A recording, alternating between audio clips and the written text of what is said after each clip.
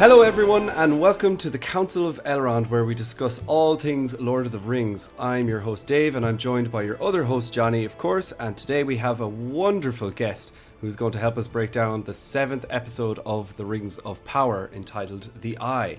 So Helen was the first one to invite us onto YouTube and onto her channel, The Clueless Fangirl, and she's one of the nerdiest and coolest girls in the Tolkien world. So Helen, welcome to the council. Would you like to introduce yourself and tell our listeners where they can find you? Hello. I've been a fan of yours for quite some time. I did fall in love with your Twitter meme channel, as I called it, and I was like, I really like these boys, and they have some humor, and I think this is very important in times like these, to have some humor. Don't take yourself too seriously. No, and don't bitch about everything, please. Yeah. So I think we're on the same lines here. Yeah, and my name is Helen, and I have a very niche, nerdy, tiny YouTube channel talking mainly about the Silmarillion, first and second age stuff. So more the unknown Tolkien weird stories about elves and baddies. That's my thing under the Clueless Fangirl. And thanks for the invite. And we kind of built a really cool, over the last years, Tolkien tuber, as we call ourselves, I think, community. And the boys are, for a while now, almost a year now, part of it. And I really like, that all of us interact with each other and invite each other to these kind of things. And we all have different opinions, but I think that makes it good, right? And interesting. And yeah, we have civil discussions, even if we have different opinions. So that's a good thing. And yeah, it's a lot of fun being able to converse online and use things like Discord or whatever, and be able to just jump onto other people's channels. And it's really good. Yeah, it's great. We're loving it. Yeah, it's great. And I think a lot of people have the idea that we don't like each other sometimes, because that does happen in the fandoms, right? No. I mean, hashtag Star Wars. I'm a big Star Wars fan, so that is partly very toxic. But I think at least we can say, all of us can say we're actually friends. Sure. We are quite civil. So if you're looking for Helen's channel, you can just search on YouTube, The Clueless Fangirl, but all of her links to her YouTube and her Twitter and everywhere else will be in our description below. So yeah, we're going to break down, go ahead, check her out. If you're into villains and you're into elves and all that kind of stuff, you're going to love Helen. So we're going to break down this episode location by location rather than scene by scene. But first, don't forget, guys, leave a like if you're watching us on YouTube, and don't forget to subscribe. And a huge thank you to all of our patrons, and a special thank you to Jack Knightley. You have been told many lies of Middle-earth. So, first of all, actually, before we break down this episode, Helen, how are you enjoying the series so far as a whole? Without this most recent episode, have you been enjoying it? Is it mostly good, mostly bad? What are your overall thoughts on the show? Oh, well, thank you for asking me this question. Now, the thing is, in the beginning, obviously, all of us, nerds who are deep into the lore, who have read all the additional material, we thought, oh, we'll get this and this and this, because they teased it, and they, we saw hints of it in trailers and stuff like that. I think and in the beginning, I was really disappointed. But I think I'm at that stage where I realized, it's not the books. They don't have certain rights. Even with the rights they do have, they took a lot of liberties. Some I liked, some I didn't like. And I think I accept it for what it is. It is a fantasy show, for me, loosely based on Tolkien. It's I love Shadows of War and Shadows of Mordor. Yeah, Shadow of Mordor, Shadow of Mordor and Shadow of War. Is it also Shadow of War, the second one? Yeah, Shadow of War and Shadow of Mordor. I think that's the two things. Yeah. And for me, at this point, not kidding, the series is as much canon as those games are. That doesn't mean I don't enjoy it, right? But I think I had to switch something after episode 4 or something like that here to be happy with what I see, because it is there are great moments, right? And if I wouldn't be this Tolkien nerd, I think I actually would enjoy it more. But I can't help it. So I accepted it. I would rate it a 6 out of 10 if we talk numbers or something like that. And I'm not a hater. I'm not a super fan. I'm happy to be back in Middle Earth. Yeah. Okay. Well, it's a great way of looking at it, especially the comparison with the games. I think that's absolutely the attitude we need to adopt, because I too also love playing those games, and I don't think like, oh my God, Talion, who is Talion in the book? So I need to learn more about him. I just enjoy it for who. What it happened is. to Celebrimbor? Yeah. Why is he a wraith? Yeah. He's so cool in that game, though. Yeah, he's my very cool. God, yeah, he's my headcanon, Celebrimbor. And the thing is, they don't give us Celebrimbor. Where was he in this episode? Like, I was like, no, again. We'll get on to that. But first, we're going to start with all the Harfoot scenes. So brace yourselves, guys. The first scene we get of them is when they come upon the volcanic rock damage, and Sadok says, "New evil is rising," which for me was very similar to Saruman's line. New power is rising. Exactly, a new power is rising. But this was an interesting start to the Harfoot scenes. What did you guys make on this? I'll go to you, Helen, first, since you're a lovely guest. Well, I mean, first of all, the whole Harfoot thingy, and we didn't have them last episode, did we? No. Episode? No, right? Yeah. So I do see the criticism of people, but then I do think, they don't have weapons. They mimic a stage of us, during a migration period, especially in Europe, right? And I think that happened in our real time, and these people did leave other people behind and all that, that I don't hate the whole concept of the Harfoots. And I like the character of Sadok in a way. I don't like that he's influenced by that woman. Is that his wife? I don't understand. Who's that? I think so. I think so. That's what it seemed like in this episode. It seemed they were more of a couple than ever. I'd never thought that before, but I just thought it was like a fellow, smart person. She was one of the elders of the group, one of the scholars. Yeah. So whoever she is, mother. I don't like that he's that easily influenced, because he should be the boss, of these people. But I was okay with that. See, I mean, the way that he spoke to her later on in the episode when he said, "Can you just for once not be right?" It seemed like something you'd say to your partner or to your wife or something like that. Like, it seemed like that's kind of one thing. Don't be hasty. We'll get onto that scene later. Right, Johnny, but just their relationship is what I'm. Of course. No, but Johnny, I like the way with nature, the how they interact with nature, how they understand nature very differently, like the elves do, who are also allegedly very close to nature, right? So I really like the portrayal of that earlier stage of humanity, right? I think that's cool. Yeah, it is. And in the same scene, we get the stranger basically assaulting a tree and speaking a foreign language.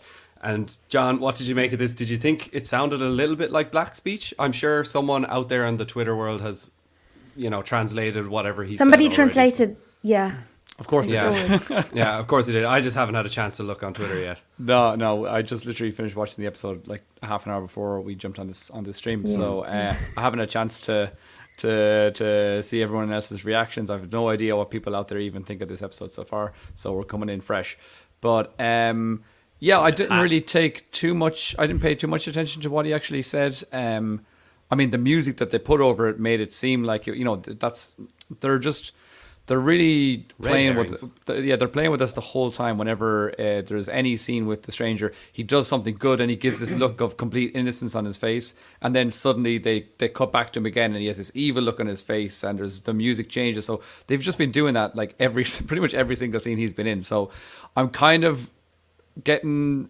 bored of that now. I want to just have an idea more of where it's going, because I think they're just doing things a little bit like over and over again. I'm like, okay, that was good, but we don't need to have the exact same thing just again. So I'm ready to have an idea more of who the stranger is instead of just this mystery. But with that scene, well, first of all, before that even happened, I just wanted to point out that Sadok, when they arrive in the area, he says that his great-grandfather or someone told about mountains who used to spit fire, but he said mountains to the south. So that gives us an idea of where they are, if their location. We know that they're basically North Mordor, I suppose, or north of Mordor, but maybe they're actually in Mordor already. But wait, but didn't they talk about Greenwood? He was talking later on. It's later on. He's saying something about Greenwood. Did I just dream that? Oh, maybe. I think he's mentioning Green. And it's weird because it was named Greenwood later on, so I was very confused. Maybe I dreamt literally that. talking about a green wood. Well, I definitely missed that. I must have just been not paying attention to that exact part. But I just, because when he said, first of all, that mountains to the south, that spit fire, I was like, okay, well, they're possibly in the north of that then. But then if he's mentioned Greenwood, well then, I don't know, maybe that's wrong now. But I mean, it's a bit, it was just something that I picked up on. That was just, and then he also said, the thing that sounded like a new power is rising, when he said a new evil is rising, I think then kind of took my attention then away. Well, but you have to take everything he says with a pinch of salt, because like he speaks a lot of nonsense as well. But this is the second time then also that Sadok said something that's kind of like a prophecy. Like the last time that he said that he's heard of people turning into stars. So that was like mentioning that of Erendil. But then in this one he says that again I do get a chuckle out of the Harfoot sometimes, and when Marva was like saying, what's he saying to the tree, and then Sadok said little words so that the tree can understand, and she was like, trees don't speak, and he said some trees do, and it's like again that's again you're kind of going, how does he know these things? But I mean, we can just accept it that maybe the lore has been passed down in books, and you know he's always reading his big giant books. So I'm happy for him to just kind of have this random bits of knowledge just floating around without really analyzing it too much. So I think that's fine. And I don't even really remember what the question was. What did I think? Yeah, I don't really have an answer to what I think of the speech, if it was black speech or not. It sounded ominous, but then again, I think that was because of the music and the way that the showrunners wanted us to feel from that scene. Yeah, of course. And I think it is interesting how you mentioned Sadok. He kind of knows more than he should. It's kind of like he's breaking the fourth wall. He's kind of like the Rings of Powers version of Deadpool. So we get the Sadok has a lovely, he's as brutal nice as well. chat. Yeah, he is brutal as well. He's cutting off all limbs and all sorts.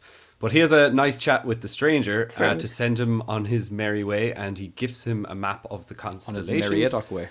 And I thought this was quite a nice scene. And like Johnny mentioned previously, we see the bad with the stranger, and then we see the good with the sprout coming out of the tree, which suggests that there is goodness in him. And yes, maybe this is a overused trope that they keep going back to.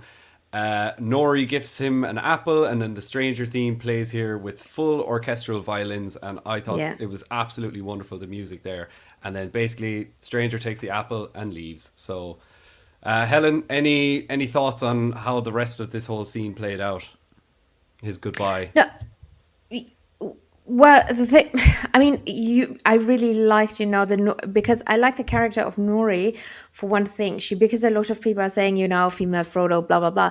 But she actually started off the exact opposite of Frodo, because she said right from the get-go, she always said, I know this is my destiny. I was destined to find this guy. I was destined, to help him. I'm not just a hobbit. This is how she started, right? And Frodo was the one, I wish it wasn't me who has to carry the ring. I wish this wasn't our time, blah, blah, blah. Right? So he was very, So he was very reluctant. She was very willing. They literally started off opposites, right? And then they in a way switched places, because now at the end, Nori, and this is in a way, sad. Yeah, she switched then later on again, but she said, you know what, maybe I am just a hobbit. So this is very interesting, because a lot of people are comparing these two, and they actually have really the opposite journey. But then her and Poppy's her name, right? Poppy. They literally translate everything in German, which like I watched it at 6 a.m. this morning, so it's horrible. Like, they translate names, they translate it's like Shelob. Bolson, in Spanish. Yes, they do that. So what's Poppy's name in German? I forgot, but not Poppy. It's not Poppy. That's different. It's going to the loo. But no, I forgot. But like Shelob is Kankra, which is in no correlation. It doesn't even make sense. Yeah, it's. I mean, don't. Kankra. Oh, that's like those things you get in your mouth, like a mouth ulcer. Cankars. Isn't that what they're called? Yeah, I mean, that is wild. That's so annoying that they change everything. But I suppose it's funny. It's nice to have a translation as well. Yeah, so I watched it in German. So Poppy, yes. So they then go and follow him, right? Is it just them, or are others coming? I didn't fully get that. Are they all going now? No, no, just four of them. Just a couple of them, about 4. But we'll get on to that, because we see when the stranger has actually damaged this tree. He has damaged this one tree, and I think all the rest of the trees are just damaged from the volcanic activity. But we see in the next scene, Nori awakes to apples everywhere. And for me, this was a little bit reminiscent of the Shire, just the way everyone was, rooting around, grabbing apples, picking stuff off trees. And all is well until Poppy spots the large footprint, and we get our first glimpse of the mystics in this episode. And of course, we see them burning the caravans.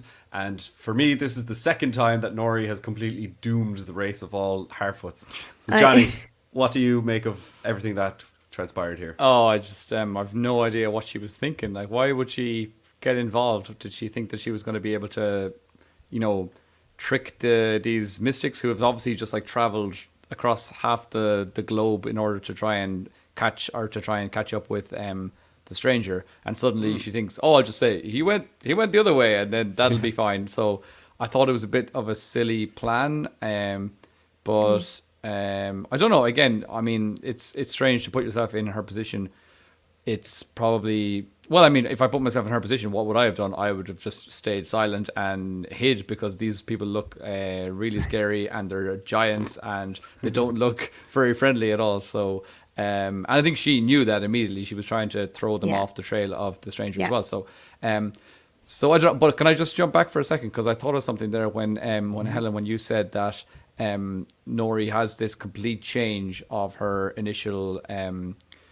That she sort of has this realization, I'm just a Harfoot, I'm not really and then later she gets back on track with what she believed before. That's happened as well before, when we saw Bronwyn, when she was really, she gave the big speech trying to encourage all the people to fight, and then half of them left, and then she has this moment of doubt where she kind of speaks to her under. She's like, maybe we should just go and join them, and then she gets put back on track as well. And then also in this episode we see Elendil, who is, faithful to the elves, and now he seems to, towards the end of this episode, be having a moment of doubt as well, and he is in despair, and I'm assuming he's going to be put back on track as well in the next episode. So it's kind of like, it's cool that we're getting these kind of similarities through those different stories as well, that they're all going through these little struggles. So I just wanted to point that out as well.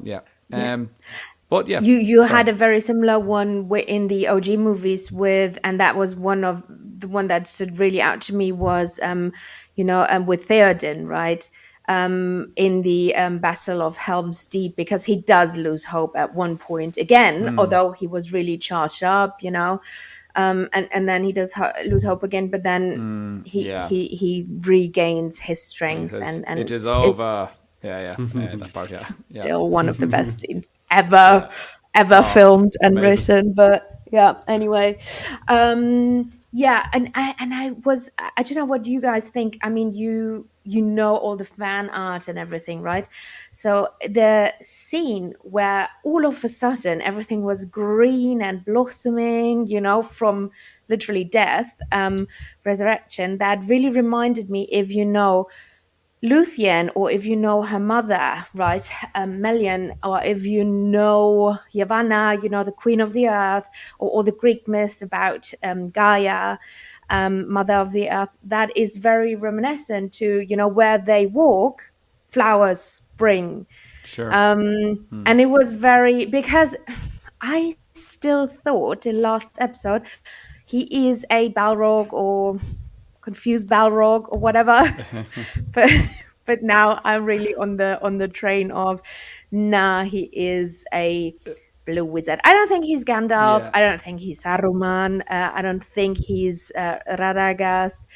I think he's blue or random other wizard we've never heard of. But I do think he worked for Yavanna back in back in Valinor, and that's where he learned this art, or this, to make the earth blossom again, because this is what she stands for. She's mother, she's Mother Nature, mother of the earth. So I really liked that. And they mentioned her in last week's episode as well, not by Yes. name, but they basically No. name dropped her. So that was kind of cool as well. But it was nice to see him just walking away and leaving a trail of daisies behind him, sort of a thing. That was kind of fun. Yeah. But you just mentioned Luthien as well, and I think there was another thing in this episode that was very reminiscent of Luthien and Baron's meeting, when Galadriel talks about how her and I don't want to be jumping too far ahead, but how her and Celeborn meet, and she says that she was dancing she says we met in a glade of flowers, which just reminded me of Beren and Luthien's meeting, and it's just very elven as well, but just a glade of flowers. Of course, where else would you meet? That's just classic. But sorry, I shouldn't be jumping ahead to that part. So next question, Dave. No, that's fine. We'll get to the missing person report later. Yeah, exactly. Yeah. We're nearly done with the Harfoots. Basically, the final scene of the Harfoots is Largo trying to rile them up with a speech saying, "We are the Harfoots and we aren't great for digging jewels, but we stay true to each other." And then Nori basically gathers her team of Avengers to go. Now, I didn't believe Marva and Sadok's change of character in this scene at all. I thought it was quite jarring, just the fact that she was like, "Well, Sadok, I think you should go too, because, Lenny Henry signed up for 5 seasons of The Rings of Power." So, I don't know. I actually love Sadok. I really like his character, but I just felt like this was a bit of a cop-out. He should have stayed with the Harfoots because he's like the protector of their whole tribe. But, they just wanted Lenny Henry to be in season 2 and season 3, and now we have is it 4, Johnny? Is it 4 people? Yeah, because it's the two. It's Nori and her mother, Poppy, and I would have preferred Largo. I really like Largo. Yeah, Largo's great. I love Largo, and his accent doesn't annoy me. So he's the only one in the Harfoots really that I'm like, his accent's good. Yeah. So what did you make of this this riling up scene, Johnny? Oh, the accent thingy. Yeah. Are you really thrown off? Is that really that bad? Oh, we've talked about it so many times. Yeah, as Irishmen, we get offended by a lot of the Harfoots accents. We don't get offended. Yeah, no, I'm only joking. But I do like Largo's accent because he's actually an Irishman, that actor. So I think he's doing a pretty good job. But Sadok's is weird. Sometimes I'm like, oh, that sounds cool. And sometimes it sounds like it's some sort of like Irish Jamaican accent or something mixed together or something that's kind of weird as well. But it's definitely I really Nori's mother, I can't remember what's her name. Can't remember her name. I forgot. Rosie or something? Rosie. No. Is this Rosie? I think Marigold or Rosie or something like that. Marigold. Yeah. Maybe it's Marigold. I don't know. It's something like a flower or something like that. Anyway. Her accent kind of got him. I think it was better in this episode. I think she's kind of maybe growing into it a little bit. So, but definitely in the first episode that we saw, I was like, oh. But anyway, I don't want to talk about the accents anymore. It's not. Sorry, her mother. her stepmother. That's right. Stepmother. Yeah.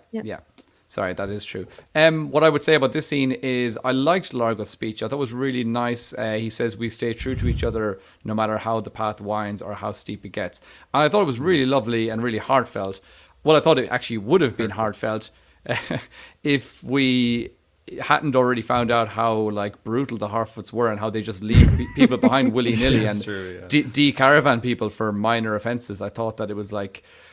It was a bit strange because I would have liked if they were a nomadic tribe who put their relationships with their neighbours above all else, and we'll do anything we can. We'll risk any danger to try and help our fellow Harfoots. But we know that it's just like, oh, you invited a stranger in, that's a de-caravanning offence, and it's like, oh well, we'll just let her off this one time because she's really young and she doesn't know what she's doing. So it was an accident. Also, it was a guy who fell from the sky, so it's a bit of a an outlier of a situation. So I think it's a bit weird how they're just very brutal in one situation, and then the next one they're just like, oh, we stick true to each other. That's what we do. We're Harfoots. And I was kind of like, again, and then they just abandon all their like old habits and just go like, I'm going to leave the tribe and I'm going to go and try and find a stranger.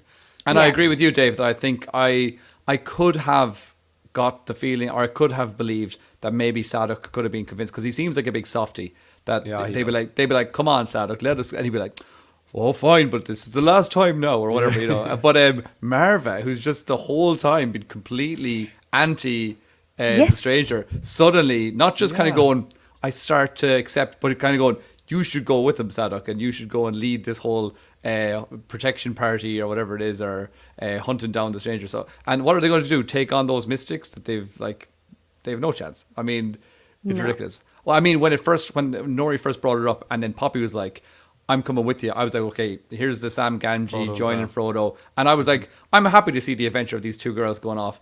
And I was looking forward to that. But then now there's 4 of them thrown in the mix. I don't know. Well, I mean, it could still be fun, but we'll see. I'm glad that that some sort of stakes have been introduced as well, because up to this point, I didn't really feel like there was any stakes in what was going on. We were like, what's their actual like story that's happening here? So at least something's happened now that they need to break away from their customs, and so we'll see. And they need somebody to die. I really do think they're just cannon fodder. The other two. I think the mother, I would say, whatever her name is, the stepmother, maybe she will die, or I feel like that. And I'm just because you bring that up, I just feel like her character we've seen the least of. Like even what's his name? I've already mentioned it before. Largo. Like Largo seemed like a bigger character.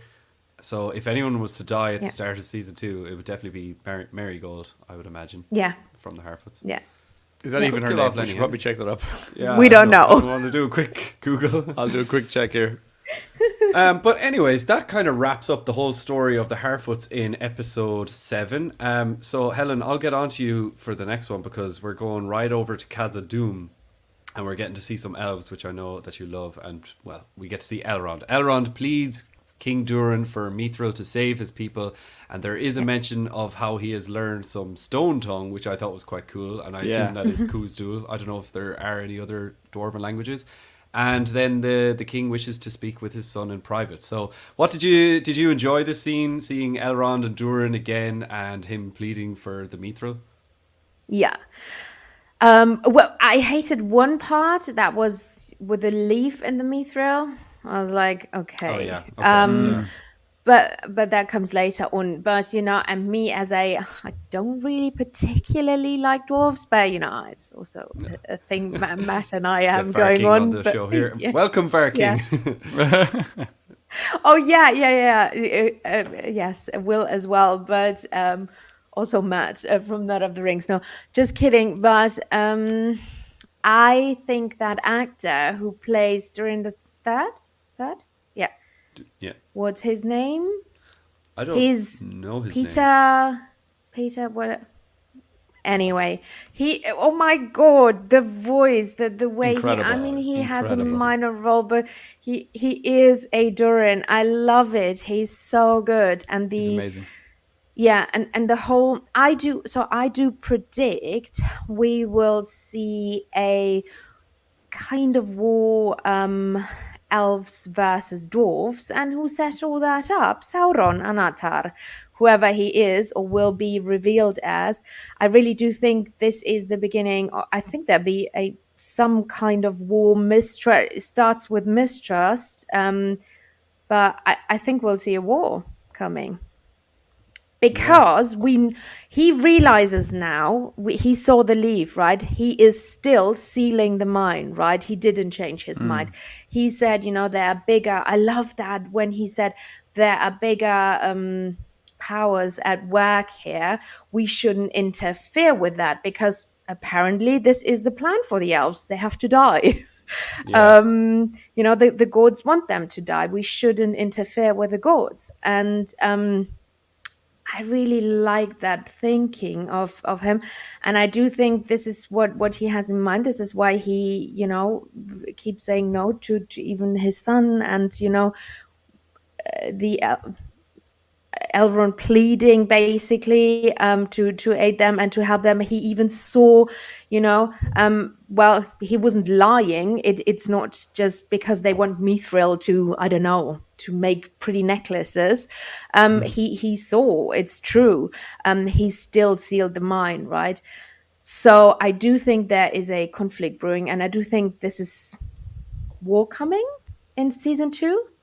Yeah, I definitely think so. I think the dialogue between the two Dorans was really, really strong here, and I love how he speaks of how Aule created them with both fire and rock, and he kind of said that the rock gives them the want to stand the test of time, but the fire represents the notion that nothing can last forever. So this means that he's not giving his son the blessing. Johnny, what are your thoughts in general about the two Durans arguing here? It seemed like the dialogue was so strong. You go for the prince and you're like, yeah, I understand what he's saying, and then the king speaks and you're like, oh yeah, but I understand what he's saying too. Who do you back?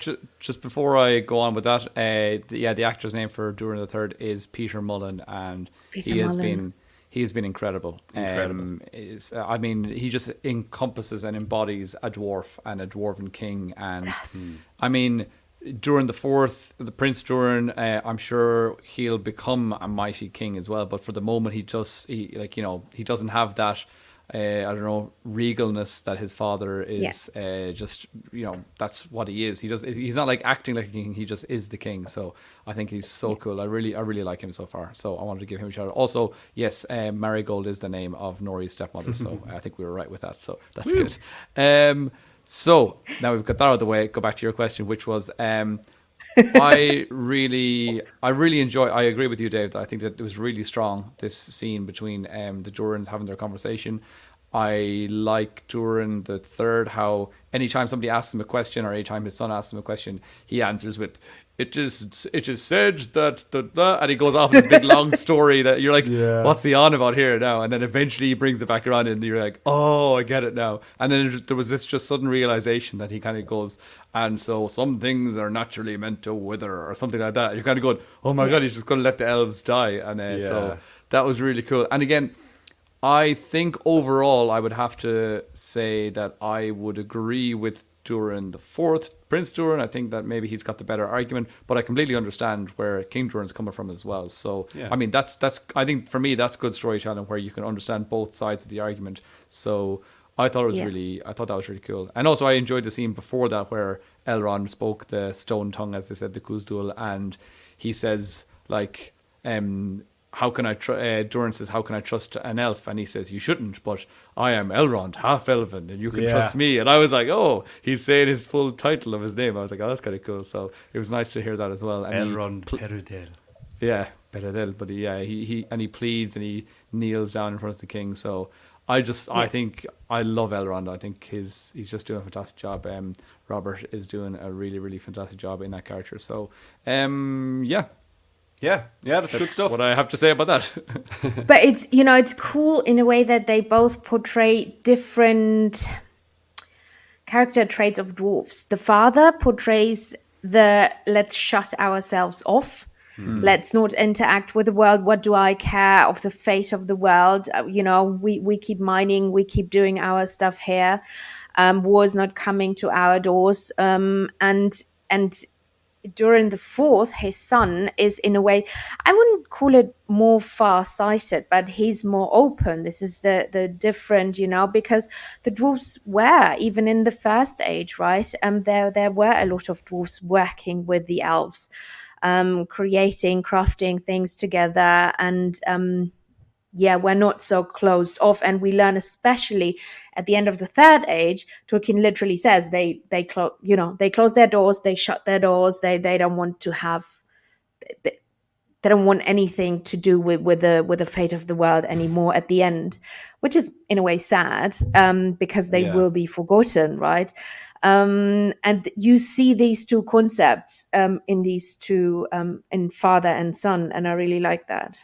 Yeah, no, I love the way their relationship is playing out, and I'm so glad that we're finally getting to see more of King Durin, because we only got glimpses in earlier episodes.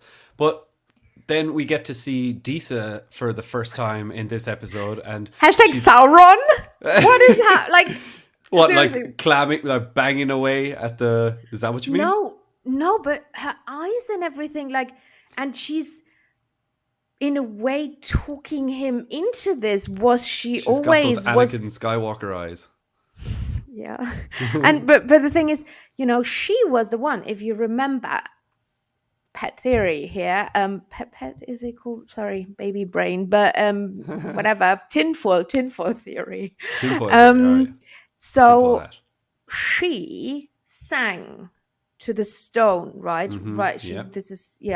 So she was the one discovering Mithril, right? In a way, or she said, let's dig here. There is I don't know how it really works. She was resonating with the mountain. Sauron? Is she Sauron? But she is very persistent, and she, these kind of ambitious wives, right? Who then tell their husband, don't listen to your father. One day you'll inherit, and then we do whatever we want to do. But I don't know. I just got a bad vibe from her all of a sudden. Like, she's still nice and all that, but then these eyes flaring up. And then if you think, she was always very pro, let's dig, let's keep digging, she apparently started this. So I don't know. Was she influenced by Sauron? True. She's given a lot of Lady Macbeth vibes, I suppose. She does. You're bringing it up now, but the best realization from this episode is the fact that Durin calls out that Disa's mother had lice in her beard, which I thought was hilarious. Okay. And then he said, "Just kidding." Yeah, he's like, "Oh no! I didn't." He didn't actually say the word beard as well, but she insults Durin's father for the stubbornness, but then she ends up repenting. Then we get the absolute tear-jerking moment of Elrond and Durin saying goodbye, but Elrond says, "This isn't goodbye, and then they both say it in tandem, Namarie," which I always thought was translated to just well met, but Elrond says that it means go towards goodness, which is a really nice touch. It was such an amazing and powerful scene, and again, I have to bring up the music in this scene was so good. I think it's the Elrond theme. I'm not sure, was it Elrond or just like the friendship theme?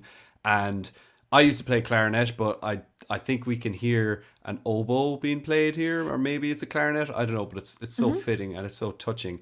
But Johnny, I want to go over to you to see, how did you get on with the scene? Was it making you cry?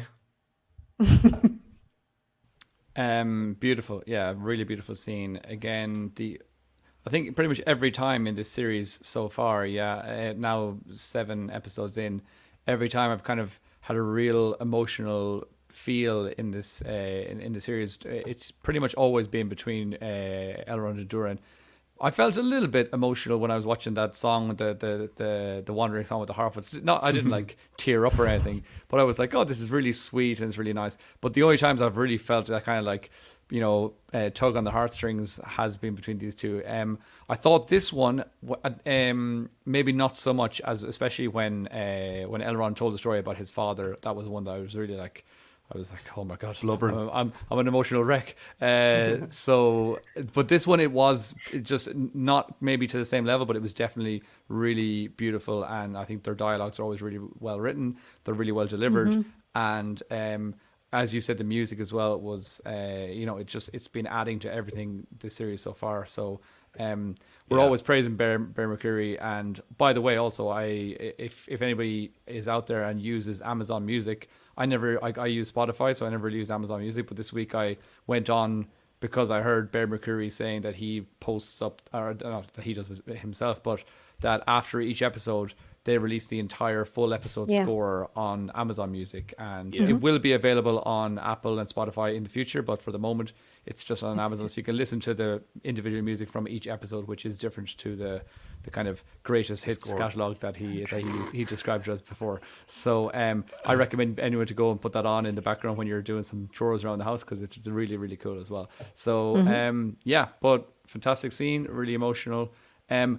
I liked how Durin then, put the meat on the table, slid it across the table. It reminded me of that game that you play when you try and knock a coin to the other side of the table. The drinking game. Just hanging out. Yeah, it could be a drinking game if you wanted to be. Anything's a drinking game if you want it. But I thought that was really cool. Now, again, that led immediately to the scene where the mithril does heal that leaf. And I don't know. I was really shocked. I didn't expect that to happen at all. I was like, wait a minute. Yeah. That must mean that this whole bollocks is true. And I'm like, that's no. I was like, I'm in denial right now. I don't know how I feel about that. So because we all thought this is a trickery of Sauron, right? I was so sure of it. Yeah. Who twisted an old story he probably knew or came across. So the elves did in a way trust whatever he was whispering in Celebrimbor's ear. And then I was like, I hope they will explain it, but anyone who said to me that I don't like that story, I've been reassuring everyone, but don't worry, that story is bullshit. That's not going to be. We're going to find out later that was a made up story by Sauron. That's just what I was like. It has to be. It couldn't be any other way. But it looks like now it does actually cure this crazy. Unless again Sauron has gone another even level deeper, and the weird spell that he's put on this tree. I was going to suggest that. Maybe whatever he's done, way too much. I think. Well, he could have done this sort of spell that the tree is supposed to represent the elves, I suppose. But maybe he's put some sort of spell on the leaves that they will be cured by mithril. I don't know how he's done that, but that's still a bit annoying. But one thing I was thinking about, I'd love to be a fly on the wall in the showrunner's room when, after was it 2 weeks ago when the episode came out, when everyone was like, oh my god, with the whole song of the roots of the Hithaglir, everyone was in uproar, and then they were like, oh, actually, you know what, this is probably Sauron, and then the showrunners are probably just like, oh god, we really should have made this Sauron. Can we that would have been a great idea. Exactly, that would have been a good idea. Because if you think of later, right, Frodo is wearing the mithril shirt and stuff like that, so mithril is mined even later on. Is it then the only explanation would be he did something to the tree, right? The tree itself. So it's not mithril, it's just the interaction of that specific tree and mithril, because otherwise wherever Frodo walks, I don't know, flowers would string because mithril is we know that Sauron he lusted after mithril, or so to speak. So he really wanted, and Tolkien never explains why. He just kind of says he envied, or he wanted mithril for whatever reason. So maybe he has a small little batch of mithril, and he's managed to come up with some sort of concoction that's this is the anti-mithril that I'm going to make a sickness and put it into this tree, and then mithril can actually, I don't know, it's way too convoluted for me now. And now I'm just starting to think maybe it is just that this story is true. And in that case, like you said, what Frodo just wearing a mithril coat years later, surely all of the elves that he's around, Legolas would just be like, give me that cloak and let me wear it, and just cover myself in light. I don't know. Let me lick it. So that was a bit of a worrying scene for all of us, and But actually, one of the good things about that scene is that when he throws, when we see the leaf being cured, it leads to that close up of Durin just staring over back at Disa, and just going, Elrond, and I was like, That was so funny. It's just like he's calling out for a long lost lover or something. That was Yeah. like, Yeah. Well, they do feel like long lost lovers in this episode and all the previous episode. Oh, But that made leads me. to- That was a more of a scene that kind of really touched my heart more even so than the Maria scene when he kind of like goes, "We can save him, and it is true, and it does work." And he's like, "Elrond." Yeah. I was like, "Oh, well, that was all I really enjoyed in that. the one scene. And Yeah, I just it kinda was. felt No, like it I was, yeah. blubbering a little bit throughout the whole thing. But then Durin calls out for Elrond and they go mining in secret, and there's some more fun dialogue between the two whilst Elrond tells Durin that he basically threw their stone breaking contest. That was so cool. He just felt a little bit winded, and that kind of reminded me of Legolas I feel a drinking. slight tingle in my fingers. Exactly. Yeah. And then Gimli like, yeah, that was brilliant. So, and I like the way they kind of say, We as German and Irish can identify with that, you know. Like, bring on the others. They are like sheet. Helen, when are we having a drinking competition? yeah, exactly. Well, you know, whenever this baby in a week, time. Well, Helen would be 7 like, days. I could feel a slight tingle in my fingers. I really like how they nine masks at Oktoberfest. Oh yeah, right, just perfectly in time for Oktoberfest. So this was We cool didn't mention that to our when listeners that we need to give an extra thank you to Helen for coming on because she's due to give birth in about a week's time. So even more props to you, Helen. I thank you again so much for coming on. Very committed to this cause. to the you cause. know. Yeah, exactly. So all of our listeners, you should appreciate our guest even more. So go check her out, give her some likes, Go subscribe subscribe. to her channel. Yeah. Yeah, so I really liked how Durin says to Elrond that he's very dwarf-like for an elf, and then vice versa. Elrond says the same to Durin, and they share a little bit of a smile. Whoever's writing those scenes, by the way, like kudos to you because you're doing an incredible job. But then they actually discover the mithril, and it is in this root form again, just like the song of the roots. And that again kind of made me feel like, oh no, this is confirming all those stories, but. Then, we get to see the king finds them and banishes Elrond. So, Helen, what did you make of this, the actual discovery of the mithril and everything?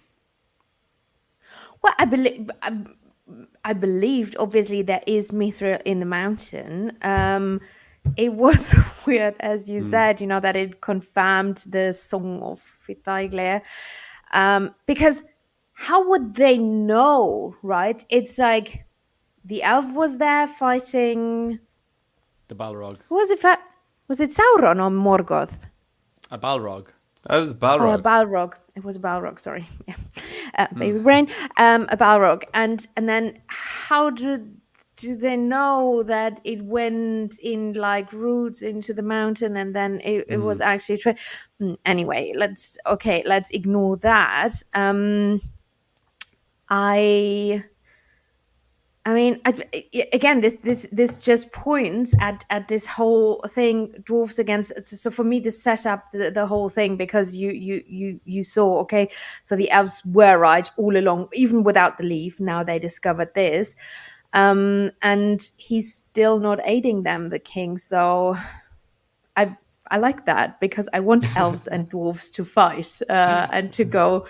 To war. I didn't get that in the battle of the 5 armies, so give it to me now, you know. Yeah. Give it to me raw. Oh God, give it to me and give it to me raw. As Durin says. Enough of the quail sauce. Yeah. Yeah, exactly. Enough of the quail sauce. Again, we see Prince Durin going to King Durin, and they have again great dialogue. Yeah. Another really well written scene. And the prince states that Elrond is as if he were flamed in the belly of his mother, basically saying that he is like my brother, he's like my kin. And then the king takes huge offense to this, to slander his wife's memory. So, again, such an interesting argument they have. They exchange heated talk, I suppose, and which leads to the king. I don't know, is this what he does? Does he de-heir his son? Does he de-heir Durin? Yeah, because when he rips the thing, he pulls that off. And does it seem like there's another brother in this situation? That's what Disa says later on. Yeah. She says, you're going to be the king, not your brother. Yeah, exactly. So, Johnny, who are you backing in this fight? Durin the 4th, Durin the 3rd? I know we already kind of touched on it already, but like, did you like how the scene played out? Well, again, I agree that I think that it was really dialogue-wise. I think that these are the stronger ones. I think Durin the Third, I pretty much love every time he's speaking. I'm just like fixated on what he's saying, and I'm pretty much just like watching what he says, and I'll just like click rewind 10 seconds and just rewatch it again because I think he's just so cool. He's one of my favorite characters in the series, even though he's got a minor part. So I think he's really cool. Now, I will say that I think they're just a little bit overusing this whole thing of like their relationship. Like Durin the Third does something against his father, then goes to his father. They have this they get mad at each other, and then there's a scene of Durin with Disa talking, complaining about his father, and then eventually he's like, right, I'll have to go and say sorry. Like, I mean, that's already happened like 3 times in these 7 episodes. So I'm kind of going, I mean, I've enjoyed every time. I think it's really good, but I'm just thinking we're still back right now where we were in episode 2, where he had this big argument with his father. Was it episode 2? I can't remember which one it was, but it's like, that's his relationship hasn't moved on in any way since then. And it's like, you know, the last time that his father spoke to him, and he came and he apologized, and his father was saying, like, you know, I'm with you always, my son, even in anger. And he's like, especially in anger sometimes. I was like, that was a really beautiful scene. That was a really emotional scene. I loved it. And I was just thinking, they've just gone back to that exact same position now again. And so it's kind of like, again, as I said, I really enjoyed it, but I'm just wondering, was it necessary to just have this same kind of arc? I think they needed to show the audience the tense relationship that they have. Maybe to show their relationship, They're constantly butting heads, and this scene seemed more final than all the others. This was him actually like taking off whatever that sigil thing was on Durin's neck, and he's saying like, don't bother picking it up, it doesn't belong to you anymore. And it did really feel like he was disowning his It son. was a bigger deal this time for sure. Yeah. It was definitely a more important argument that it had. So yeah. Well, again, as I said, I don't want to sound negative because I loved the scene. I'm just curious as to if that was the right decision to have this story as well. Like, I think they could have like put all of those stories together, of have a big argument between the father and son, and then for them to kind of mend that relationship again. But maybe they're not going to mend it. Maybe this is going to end with maybe the Balrog might just break through, kill his father, and he knows the last time he spoke to his father is like they had this big fight, and that could be a big thing to develop during the fourth character as well. So I don't know. That's what might happen. I think that the father never wanted actually to aid the elves, but he always wanted his son to see on his own the elves are not worth it. You know, they try to trick you. I think this is actually why he did allow him to go to Celebrimbor and to talk to Gil-galad and all that. I think he wanted Durin to find out himself, you can't trust the elves. I literally think he wanted to teach him to be a good dwarven king and to stand with his people and not with Elrond. And I think at this point, and this is why, in a way, you know, he sent him there. And, you know, Durin always was a bit disappointed when he came back, and he was disappointed in Elrond. I think Durin the Third really liked when his son was at that stage. But he didn't want to tell him. This is very, you know, how fathers or how families, you know, are. Like, they don't want just to tell you, do this. They want you to find out yourself, right? For yourself. Course, yeah. And I really like that. And I think that was his thinking. But then he saw, you know what? Nothing can change my son's mind. Now he even says he feels they are like brothers. This is the moment where I'm taking away his right to rule after me. I think he gave up on his son in this moment. No, I feel like that is the case. There is going to be a separation between the father and son here. And we do see the last scene of them is where Disa is trying to reassure Prince Durin that one day they will both rule and they will mind the Mithril. But all that said and done, we have the final part of this storyline, which is the reveal of the Balrog. And it is not a flashback, it is probably Durin's Bane that is awakening in definitely the actual mind. So, Johnny, thoughts on the Balrog? Will we see him? I mean, is he going to be a big character, or is he just like a little cameo? Do you think we'll see him in season 2? I hope he just like wakes up, sneezes, and then turns over and goes back to sleep or something. That's what I kind of hope happens. I'm going to imagine that the end of the next episode, the episode ends with the Balrog coming in, destroying Moria and killing Durin the Third. That's what I think. That's going to be my prediction for what's going to happen. I don't want that to happen because I think that, I mean, it wouldn't make sense. It happens later, but it's not just. And again, I know that some stuff has been shifted around, and the compression of the timeline, all that kind of stuff. But I mean, it wouldn't make sense for Moria to be destroyed yet, considering that they're only just discovering Mithril, and the strength and the wealth of Moria was in Mithril. That was where. Yeah. That's how they. So we haven't even seen Moria, or Khazad-dûm, I should call it now. We haven't even seen it at its peak. It's only just starting to, as in what Gil-galad says. We know that. It just in the last 20 years, it started to really kind of get developed. And we know that it's only going to go from strength to strength from here, apparently. So my hope would be that the Balrog, we're just being let know that he is down there. He is maybe coming to the end of his slumber. Maybe, as you know, he's just hitting the snooze button for another, I'll give it another 150 years or something, and then we'll see. And then maybe I'll make my appearance. But, yeah, I don't know. That's what I would hope, but I could see how they might want to have season 1 finish with a big bang like that. But again, I really hope that that's not going to be the case. Well, they have enough things to cover, I think, in the finale to keep us. There's so much to cover. The whole Sauron storyline, and even I don't know if we're going to get much on the Stranger, but sure, look, we'll talk about that again at a later date.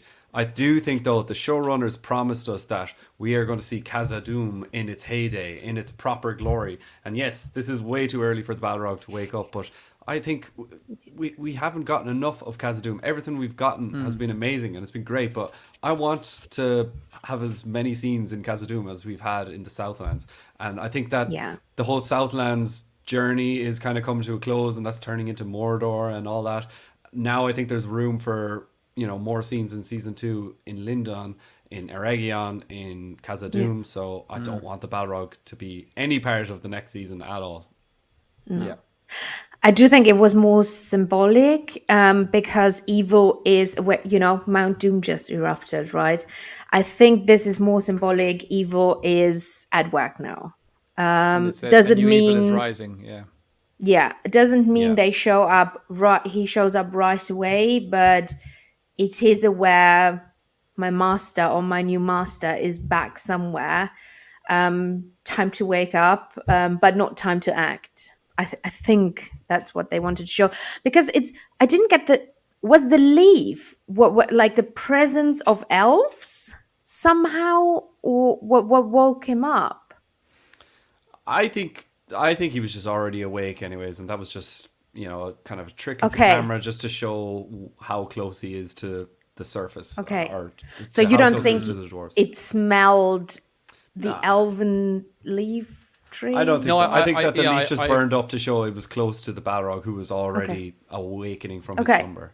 And I think you're right, Dave, that we could, us as viewers, we can see where his location is in relation to, it's not like, there's a trick of the camera that they cut away and he's in a completely different mountain. He's in that mountain because we get to follow the track of that leaf as it falls. So it makes it very clear that that's exactly where he is, and it's not like a little cut away to some other random Balrog that's in some other place in Middle-earth. So but I don't think that it's got anything to do with the presence of elves or anything like that, or but you never know. Everything's up in the air at the moment. I felt like I knew some things that were happening in the show, and it turns out I've no idea what's going on at all. So no, but it's cool that strategically the baddies have their chess pieces everywhere, right? They have the Balrog in Moria, close to Lindon, close to the elves. So Anatar probably running around somewhere in Lindon or in Eregion. So he has his chess. The Southlands become Mordor, so he has his little chess pieces, because Sauron is a chess player, right? He's always 2 steps ahead of the others. So I really...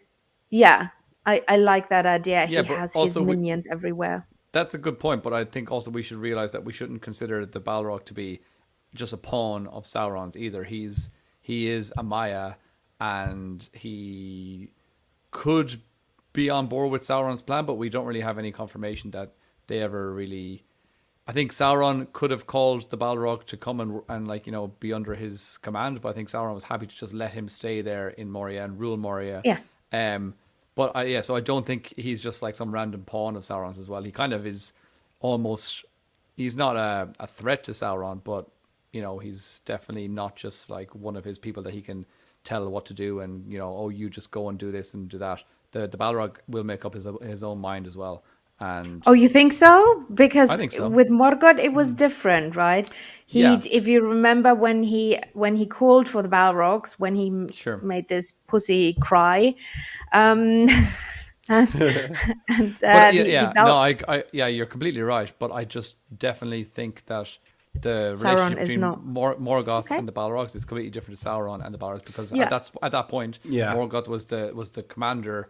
Sauron was the lieutenant, and the Balrogs were there and they were like, "Oh, so you're just going to be the new boss without consulting us? Is that what's going on?" Or again, you know, we don't really know, but it also wouldn't be the biggest change that the showrunners would make if they just said that. Yeah, all evil answers to Sauron. I would not be surprised if they went for that. But anyways, that wraps up the storyline there, and moving on to the Southlands. The very first scene of the entire episode, which actually maybe I was thinking about this. Why the hell is the episode called The Eye? I don't really know, but the very first scene is Galadriel's eye opening up, and maybe that's one note. Well, I wrote down and three things Miriel for that. Yeah, Miriel has both her eyes shut, and then I just said, like, obviously the eye. When you think of Lord of the Rings, you think of the Eye of Sauron. And Mordor has been. That's why I was expecting more Sauron, but we didn't get any Sauron stuff in this episode. So not really. Well, depends who Sauron is. Exactly. But I thought if it's called, do you remember that episode that was called Adar? That was all explaining about who Adar is. I thought at the end of this episode we'd know everything going on with Sauron. But did you notice that in this episode everyone had eyes? I did notice that. So almost everyone, yeah. You know, almost. Well. So anyways. Galadriel wakes up in the ashes, and of course we just see people trying to find, you know, bring out your dead. They're trying to find the injured and the dead, and we also get that guy, is it Antomno or Antomonimo or something?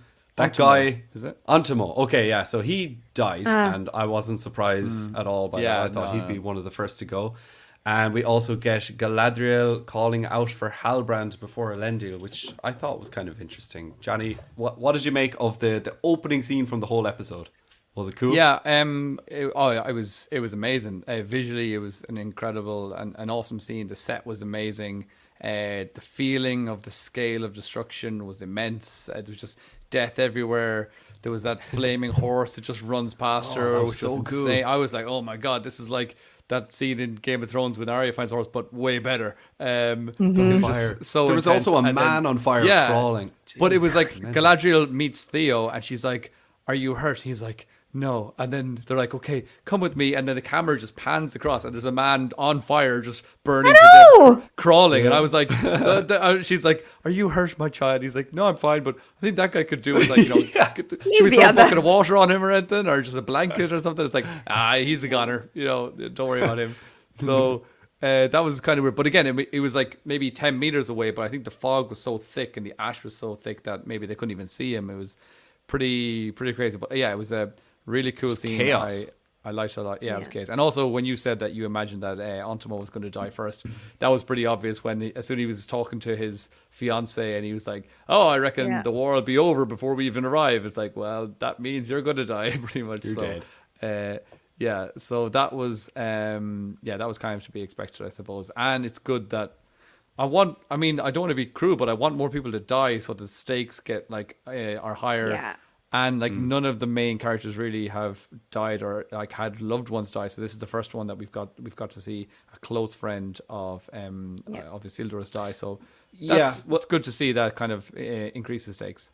It's good to see that, but also in the scene, something I paid no attention to until later was the fact that Isildur was supposed to be like, it looked like he was supposed to be dead or like caught under a fallen building. Did you not get that?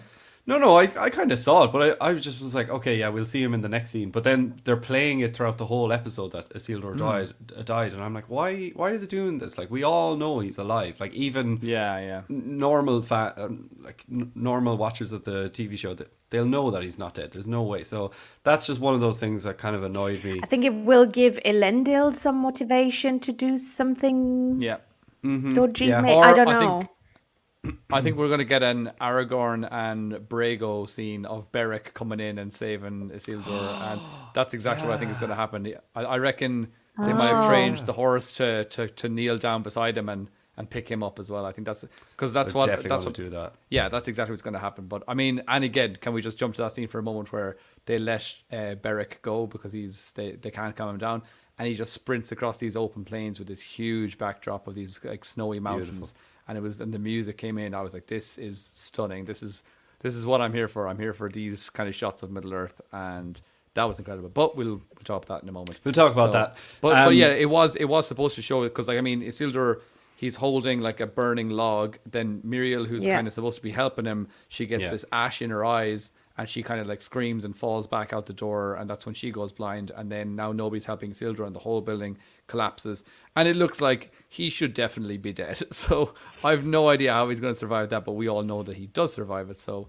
that's a bit strange. Well, but I agree as well. It's completely for the purpose of giving Elendil, and my God, Elendil in this episode, I was like, he's acting 11 out of 10 in this. Like he's turning it up to 11 his acting skills because he just had this like look of despair and like I don't know, it was incredible on his face the whole time. He must have a headache from all of this like kind of intense whatever he's doing, like furrowing his brow the whole time, because Lloyd Owen was class, and I he's amazing. Elendil, he's class in every episode. Elendil. Yeah. Also, we get Galadriel splitting with Theo for some reason. I don't really know why. Like, they all seemed quite close together, but then they go off on their own little journey. Yeah, and Theo then admits to her that this is... Oh, no, sorry. Galadriel says that this is all her fault. And also, Mordor is looking really well. I'd like to shout that out. Also, this is where you first see Beric has actually survived, because Elendil notices the scar on him. And he asks where his son is. He goes, "Where is my son?" And this gave me real big Denethor vibes. But I wasn't thinking about just the way he goes, "Where is my son?" I thought it even sounded kind of like Denethor. Yeah. So and then we also see Galadriel basically giving Theo great advice on how not to turn evil, and she also gives him the sword. She's kind of, he's kind of saying, how do I stay away from the darkness? And she's like, well, don't listen to me. Yeah, actually true. But she says something cool though. She says when he says, "Oh, have you killed many orcs?" and she says, "Yeah," and he says, "Good." And then she says, "Don't say that." And she says, I wrote it down, she said, "It darkens the heart to call dark deeds good." And I was like, that sounds like a song lyric or something. So it's like, but it's so weird that, because it contradicts what she literally just said the episode before to Adar. It contradicts. But I don't know about that, because I don't think she's saying that what she said to Adar was good in her heart. Yeah, it's just something. It's like a necessary thing that has to be done. We need to exterminate these things. But she's saying, but she said, let's bring them to the sun and roast them in the sun. No, of course, no, exactly. No, I mean, I completely don't agree with Galadriel's, war crimes. I think it's completely against her character, and it was pretty ridiculous. But I do think that I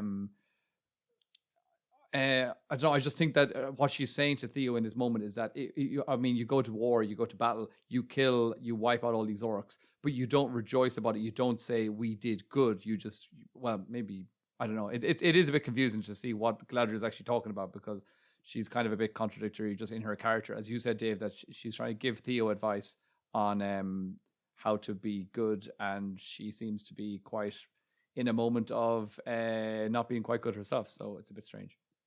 Yeah. And then that's followed up by the scene where Muriel gives away that she has now become blinded. And I thought, for me, this was one moment where I was watching this on my own, but I actually kind of said to myself, "Oh no, Muriel's blind." It was kind of a bit of a tearjerker moment for me. But creepy dad foreshadowed this. Yeah, exactly. What does he say? Darkness. He says, he said you'll only darkness awaits you in Middle Earth, and I think everyone kind of thought that just meant, you know, well, doom eventually, or, you know, even the smoke of Mount Doom or something like that, or death, but the fact that it's actually blindness. And how ironic is it that the daughter of Tar Palantir, which means farsighted, she is now completely blind. So does that just kind of show the polar opposites between the father and the daughter? I don't know, but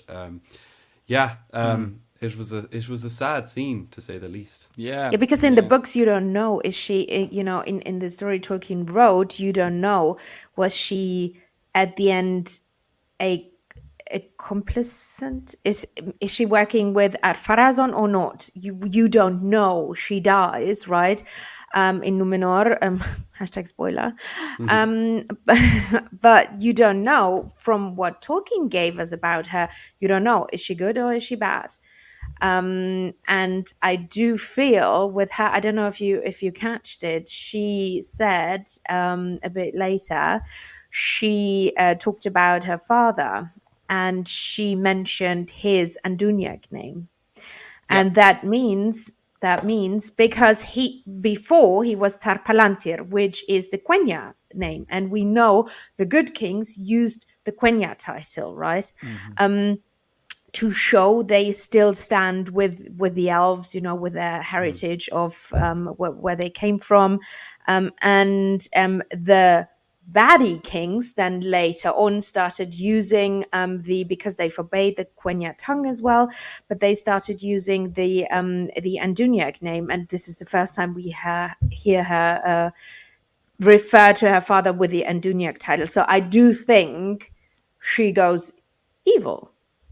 But that means, is she working then with Ar-Pharazôn? Because I thought these two were set up against each other. I don't know, but it was a weird moment. It is weird as well, because at the end of the episode, she seems to be very close to Galadriel, and she does promise that, you know, Numenor will return. But we'll get onto that in a while. But the next scene we see of Galadriel is where she tells Theo that yes, she did have a husband, and Johnny, we touched on this earlier, Celeborn, who never returned from battle, and I hope to God, and I truly believe that out there.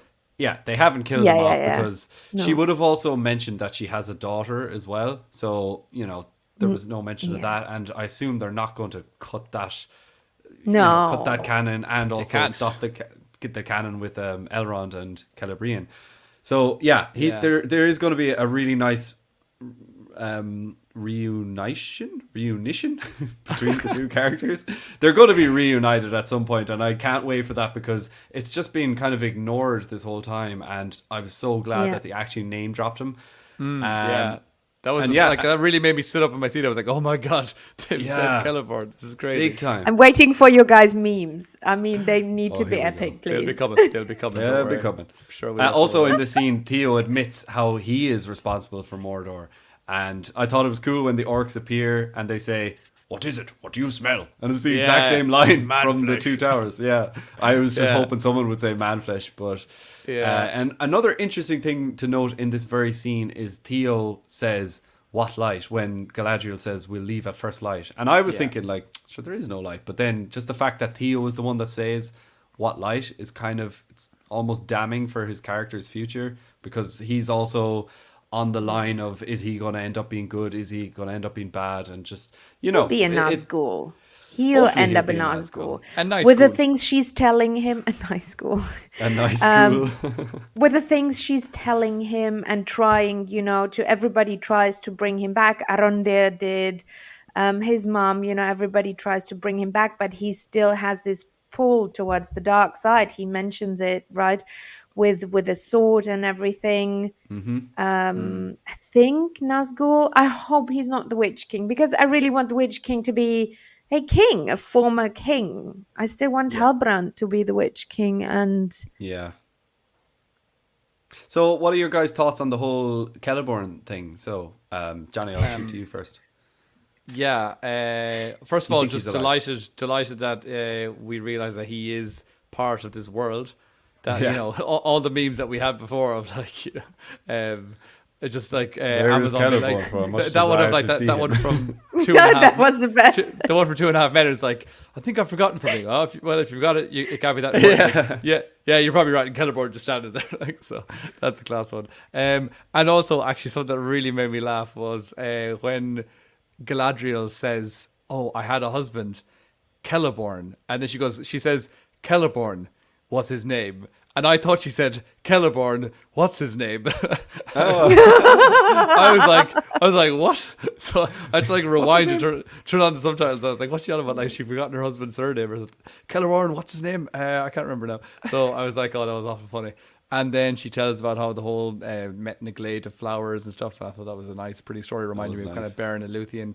And also, but yeah, I 100% believe that don't believe me, because I also 100% believe that this whole roots of the tree of the Hithaigli or whatever it's called, I was sure that was all made up as well. But I'm pretty sure I would imagine that Celeborn she didn't say he died, she just said that she never saw him again. So he went off to battle, never came back. Just dilly-dallying, like, you know, whatever he's doing, he needs to hurry up and get home. So I think in season 2 they will be reunited, as you said, and yeah, I mean, I really hope so, because I mean, I think there's a really cool character there that we should be able to get to know and to enjoy.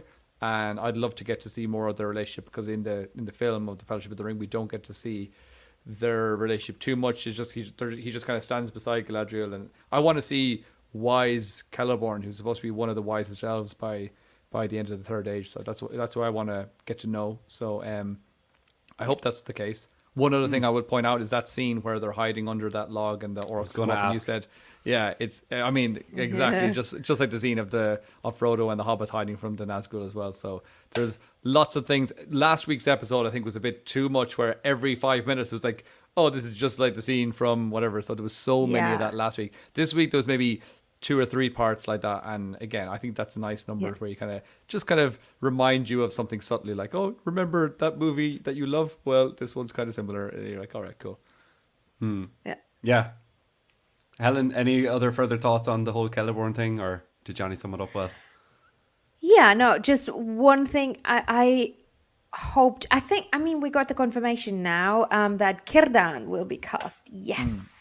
Yeah. And I do think this will follow now that she name dropped Celeborn. I do think I think he will show up in season 2. It would be weird to mention him and then not show him, because look, this will be 2 years they started filming, but this will be at least 2 years with post and everything, maybe 2.5 years, whatever. So you can't mention somebody and then not show him in the next season and then just show him in the season after that. That would mean see you in 6 years, dude, right? So I don't think that. I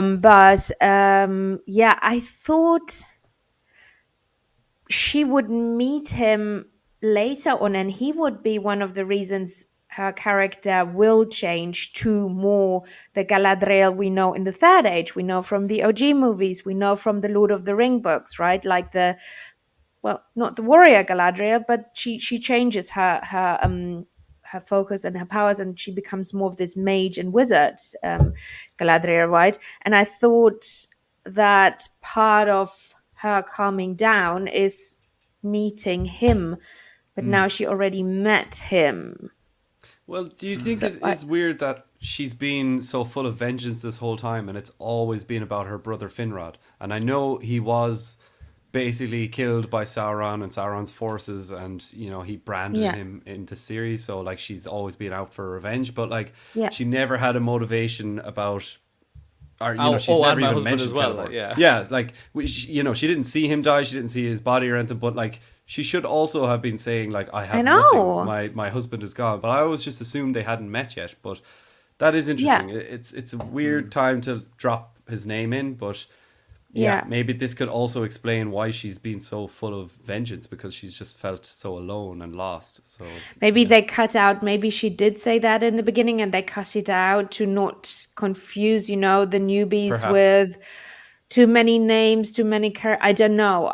But I feel like I was like, you could have mentioned that like 6 episodes prior, because yes, you know your brother, I get that, but you also love your husband, right? So why is yeah. he not part of this whole vengeance thing? Because it's not like he disappeared to look for Mithril or whatever. He probably, she must have thought he died. Where could he be?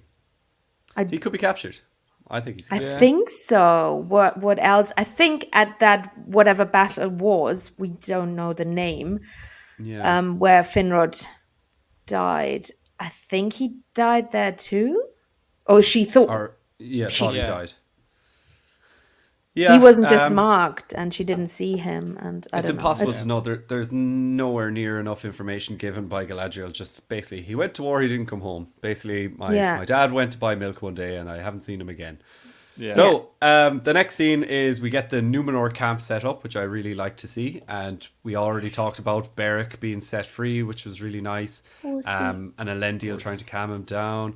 And Elendil, this is where he states that he wished that he had never taken the elf aboard. So I thought that was interesting, and we're going to see how he might change from being so faithful to maybe a little bit in annoyance with the elves. But it's kind of strange. Like, what did he expect? He was going to war. His son was one of the soldiers. Like, did he expect no one to die and everything to just be happy-go-lucky? Like, this isn't Galadriel's fault. He knew what he was signing up for. Yeah. So... Did he though? The Numenorians haven't been in a real war for centuries, right? He doesn't. I mean, yes, he's a commander of armies, blah blah blah, blah, but they haven't experienced a real war. And she always tried to warn him. Actually, I think they were all very blinded, the Numenorians, and very how would you very arrogant in a way. And they had no idea. They were literally playing war, but they never saw a war, and they never had to fight in a war. Yeah. So you're suggesting that he just did not know what the real struggle of war would be, and no, how? What do you think, John? Well, we also should realize that it's not just a war that claimed his son. It's the eruption of a volcano, which nobody really saw coming. I don't know how we could put the blame on Galadriel for that. And I agree with you that if he has decided to travel across the sea and to take a war to Mordor, he needs to accept some of the responsibility for that. But again, I think it's completely understandable that you're a father, you lose your son, and then on the same day, it's not that he was blaming Galadriel, but he was saying, I should never have accepted her on because that was the chain of events. Yeah, like it's kind of like anybody that has a big disaster kind of goes, if only I had been stopped by a red light, then maybe that wouldn't have led to whatever. It's just, I don't think he's blaming Galadriel. But he does seem to be angry, but it's understandable. He's in despair. He's grieving for the loss of his son. It's true. And so I don't know. I'm going to give Elendil a pass on this momentary lapse of judgment for the moment.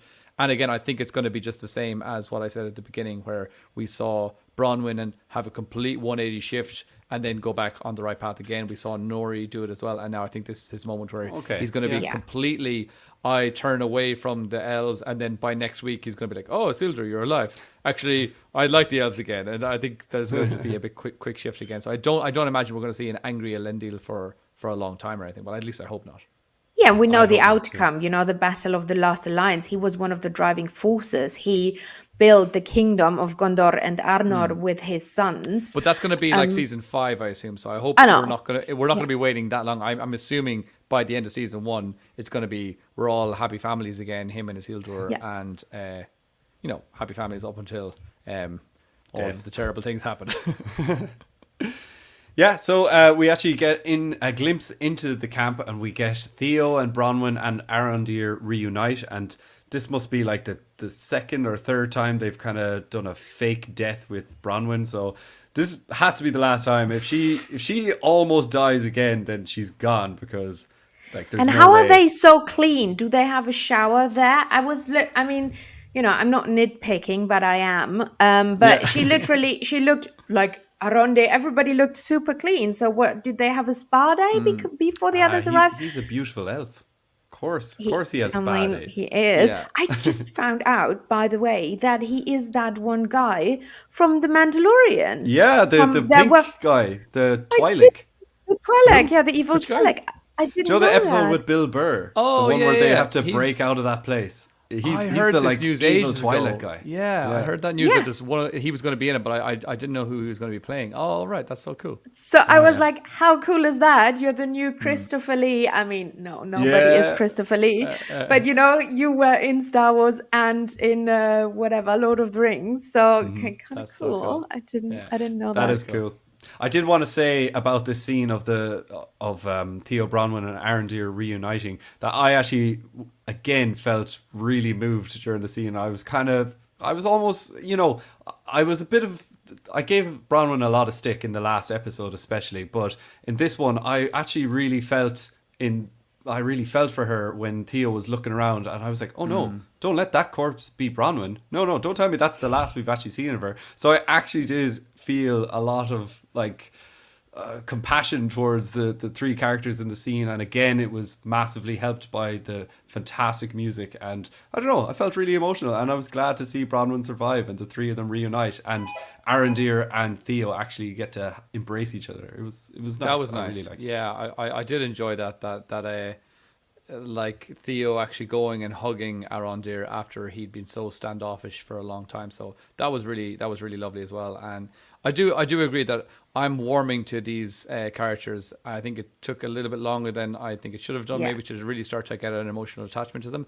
I don't understand how Bronwyn is standing. It's unbelievable that did think she might basically death's nearly door. died. And then what's happened since she nearly died the day before? A volcano's erupted, and that's not going to help the case.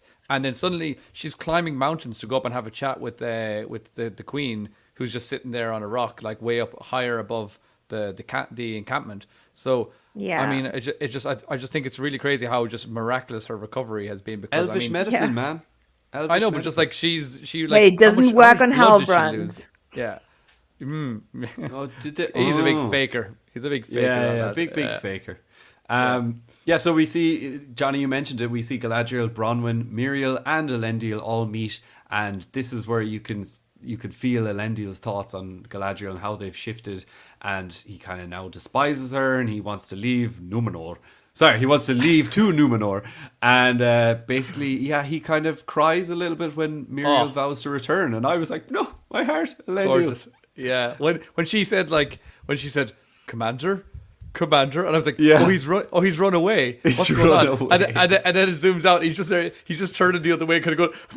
You're like, oh my god, he can't. He's so choked up, he can't even speak. Like this. It was so theatrical as well. It's like where he's looking away from the camera and then he just goes. Yeah, blue steel moment there. Blue steel. I loved it. As I said, I loved his performance in this episode and pretty much every episode he's been in. So I really enjoyed that, and it did make me like really feel for him that he's here trying to make these big decisions. He's trying to be this strong commander, but he knows that his eldest son, is like apparently, according to him, dead, and like that's all happening in the same day. It's a lot of news to take on board. So. Did any of you think it was kind of funny as well when who was it? Was it Arondir when basically the Numenorians are sailing off and Arondir is like, "Do you believe that she will return?" And Galadriel was like, "No." And she pauses for ages, and I was like, I know. She's like, I know she will. I am sure of it. I was like, okay, right. I totally believe that she was like, nah. But one criticism about this, right? And I mean, I'm a girl myself, and now people will come after me, but I didn't like this three strong women on that hill, you know, talking about the fate and how things will go on now, and basically setting up in a way humans, Numenorians and elves, the battle of the last alliance fighting, right? Because there were no women as far as we know, you know, they were not the ones who cut off Sauron's hand. That was the guy standing there, right? So I don't know. I wasn't, and I think this show has a lot of these moments. I don't mind, you know, like Miriel taking up the role and stuff. I'm fine with that, but that moment I found very cringe. I'm sorry, I didn't like it. Okay. Yeah, I didn't really get that in the context of the scene because I did feel like Galadriel's probably the most important person there, and then Yes, Muriel I would be understand also that. the highest ranking one there. I did maybe kind of feel like, why is Bronwyn there? But she was just kind of, holding hands with Arondir, so... and maybe representing the Southland since Halbrand Actually, yeah. She does, seemed like yeah. he She couldn't does, get yeah. out of bed, and then suddenly he's like, I'll hop on that horse and I'm fine. Yeah. But I was going to ask a question: is Muriel huge? Is she like, a strong Númenórean woman who's just way taller than all the rest? Because it was in last week's episode where she finally meets Bronwyn and she says, I'd like to introduce you to Halbrand, and she's towering above her. And I was like, has that actress always been that big, or is she like, standing up on a platform to make her seem bigger? Because I'm assuming what they're doing is going with the Númenóreans are a bigger Tall. race than the men of Middle Earth. So that would make sense. But I was like, oh, that actress maybe she's just like really, really tall. And I mean, that I hadn't noticed it when she was in Númenor. So obviously they're all just, she's average height for a Númenorian. The Galadriel one is really short though. I mean, I'm 5'4" and Galadriel I'm is short, yeah. and she's 5'2". I mean, you saw her, right? Yeah. At the premiere, Yeah. so yeah. I was So going to say that was a jarring scene at the very beginning where she's like helping Theo, who's supposed to be Who's like a taller than her. 14-year-old kid, and he's like taller than her. And I was Yeah. like, this is a little bit like if Tom Cruise can stand on a platform for every single one of his movies, why can't the elves or the Númenóreans? I know it's a little bit difficult, but yeah. Just work with a camera angle. I was asking myself that quite often because she is one of the OG elves. She's born in Valinor, right? So that is something special. She should have about stature. Yeah. Yeah. Helen, I wanted to ask you about the first time we get to see Halbrand mysteriously living in this episode. He just shows up and he's wounded and he's there, and then we see him later riding off with Galadriel. But what do you think is going on? I really thought this episode, being called The Eye, would answer a lot of mysteries that we have, at least end with some sort of clarity. But they're still saving that for the season finale. What do you think's going on with Halbrand and his character? I don't want him to be Sauron. The first moment I thought he's Sauron, it was when he was sniffing at the smithy shops in Númenor, and I was like, sniffing. no. And when he was whispering in Ar-Pharazôn's ear and all that, I was very much like, oh damn it. I don't want him to be Sauron. I have no idea. I'm 50-50. I still hope he'll be the Witch King, and I still hope Sauron will be revealed next Friday. I was going to ask you, if he's not Sauron, who do you think will be Sauron? Do you think it's someone we've already seen, or do you think it's somebody no one we've seen? So you think no one he's we've just seen so in far. Eregion, or Yeah. Yeah. No one we've seen so far. And because we saw, I don't know, I watched it for one, and it's so fast, the preview for the next episode. So we saw something explode, and that was Eregion. That was the tower in Eregion. I didn't see Celebrimbor that. had built. I didn't watch it. No, I didn't watch it. Ah, okay. Trying to avoid So, spoilers. Not spoilers. Not spoilers. They're just. I think trailers are just basically spoilers nowadays. They just give way too much away. So I try. yeah, to so but just a tower erupts, and I Okay. thought, and it is in Eregion. And how would she take him to Eregion? I don't think so. I think she's taking him to Gil-galad, right? That is what I understood. So I don't think he's Sauron, because I do think something happens in I think Sauron will reveal himself in Eregion and not in Linden, and she's taking him to Linden. He could travel in the space of an episode. Yeah, like time I know. compression isn't a big deal to this show at all. But They've I been don't doing that. want They've been him doing that to a lot be in this show. Sauron. They've made it seem like the traveling from is Linden just to Castle no big Doom. deal. Like it's a half an hour down the road to go for to leave Eregion and go for a walk, like an afternoon For stroll, a and then walk to show without a horse and show up at the door of like when that scene where it showed on the map like the dot from Eregion to Khazad-dûm. You're like, they're close on the map. That's still like maybe 100 miles or something, and they're like, I know. Celebrimbor just there, and it's still in that same robe that he's always wearing, just strolling along, kind of going, oh, very much wanted to see the dwarves. It seems like this is the beginning of their conversation, but they must have been traveling for like a couple of days or something. So it's a bit weird. Yeah, it's a bit weird. Yeah, but So this episode ends with the first time we see Adar as well, the first and only time, and basically we get Waldrig being his hype man, saying, "Come on, Adar, cheers for Adar," whatever they're saying. Then they're like, "What should we call this land, my lord?" And I was glad he didn't actually say it, but the way it ended was very cool. The location text change and just burning away Southlands and changing it to Mordor. I thought that was nice. I was glad he didn't go, "We shall call it Mordor." Exactly. But do you boys think, is he working, because Adar, epic character, by the way, shout out to Joseph Mulway, or what all the new character Joseph, all the new characters are really good, actually. Do you boys think that he is working with Sauron, or because he wanted to be king himself? Sauron never, we know that, well, from the lore, but what is the lore in this series? But Sauron never accepted anyone proclaiming themselves king, right? He didn't like that. He wanted to be the ruler, right? So, but this is what Adar is saying. Is he? Will there be an infight for Mordor?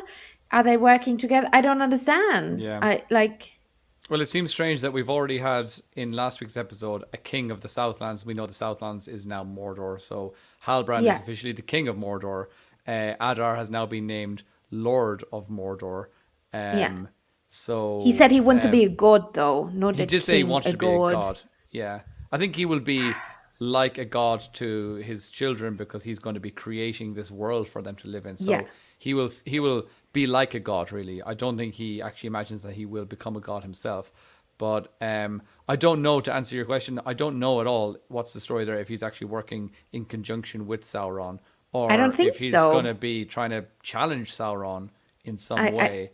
I think according so, to him, he said he claims that he's already killed Sauron. So that's but I mean, that is also I reckon weird. He might be wrong.